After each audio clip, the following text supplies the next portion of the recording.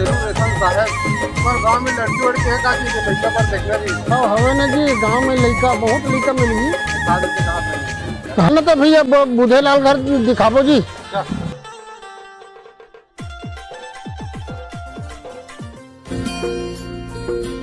ये घर हरे साहेब रोक रोक। कहाँ करो जी? लड़की देखे आवाज नहीं भाई। हाँ बैठोगा, हाँ सजा में बैठोगा। हाँ बैठो, चलो बैठ के पर बैठे कर। बैठो बैठो।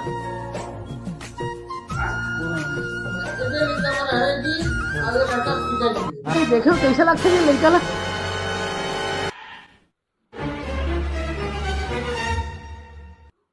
बता आधा आधा। अरे यार आधा बात जुगाड़ है का 50 से मोर कर आधा तो बहुत चाहिएगा। ये हरेगा हमारे छत्तीसगढ़ यही में रहा यही में रहा। दे देख तो मसाला के गोरो लखून था यार।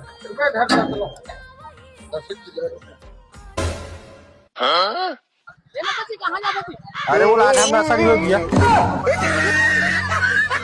आप टूर पाई से ट्रेल देखने कहीं का मोटारू घर के भाग रहे थे।